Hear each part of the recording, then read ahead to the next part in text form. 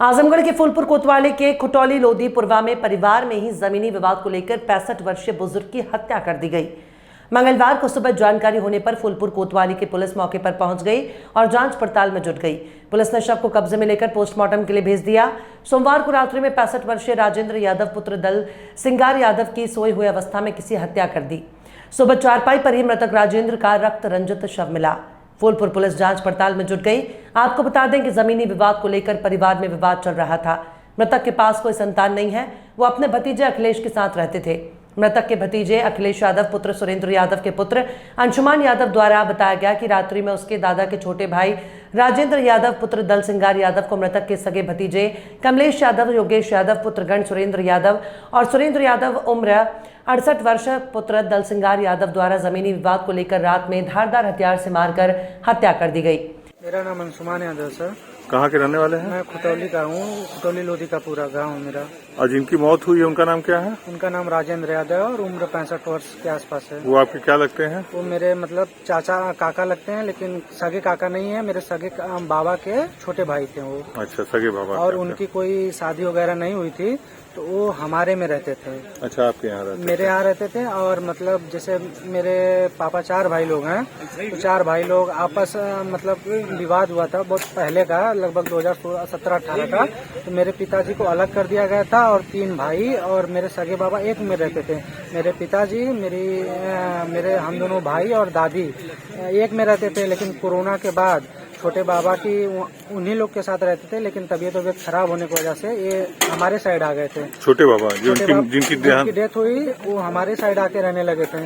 फिर उसके बाद फिर जब घर का बंटवारा हुआ अब जाके, तो घर का बंटवारा क्लियर हो चुका था, उसमें कोई रंजिश नहीं थी। घर का बंटवारा क्लियर हो चुका था, तो चाचा लोग बोले थे कि बाबा से कि आप सारी सामान उधर कर लीजिए।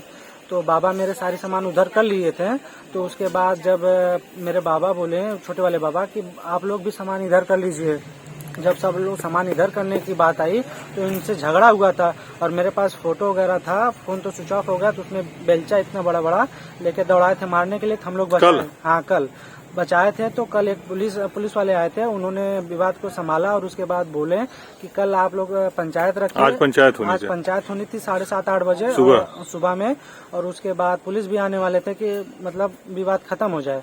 तो ये लोग चाचा कल धमकी भी दिए थे और कि क्या नाम है, कल का पंचायत कल देखा जाएगा। चाचा का नाम क्या है? चाचा का नाम, बड़े वाले चाचा का नाम कमलेश यादव है और छोटे वाले चाचा का नाम योगेश यादव है। ये लोग धमकी दिए थे? हाँ, ये लोग धमकी दिए थे। और एक छोटे चाचा है ब्रिजेश यादव, तो उनसे बात पे फोन हुई थी। तो ब्रिजेश चाचा मेरे बोले थे कि मार दो, जो पैसा लगेगा मैं देख लूंगा, कुछ नहीं होगा।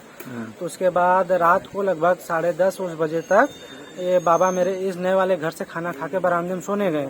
उसके बाद छोटे बाबा खाना खा के, राजेंद्र यादव मेरे यहाँ खाना खाते थे, तो खाना खा के उस द्वार बरामदे में सोने गए।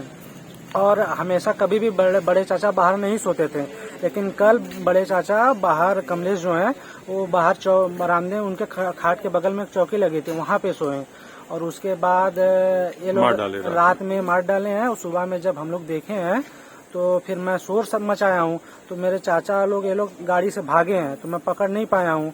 उसके बाद ये लोग फिर पुलिस से यहाँ इन्फॉर्म किया हूँ, तो घर पे पुलिस आई है। तो फिर कैसे मारे हैं, क्या किए हैं? वो पहले लगा था कि क्या नाम है, वो गोली मारे हैं सर पे, क्योंकि यहाँ पे किसी वार से किए थे। मुझे लगता है कि करवट सोए थे, वो किसी हथियार से मारा गया था। उनका सर पूरा फट गया है और आंख पूरी थोड़ी सी बाहर आ गई है। और उसके बाद यहाँ से इनका हाथ यहाँ से काट दिया गया आधे से ज्यादा, और पूरा ब्लड खाट के नीचे पूरा फैला हुआ था। और सुबह में 4:30 बजे के आसपास मैं देखा हूँ।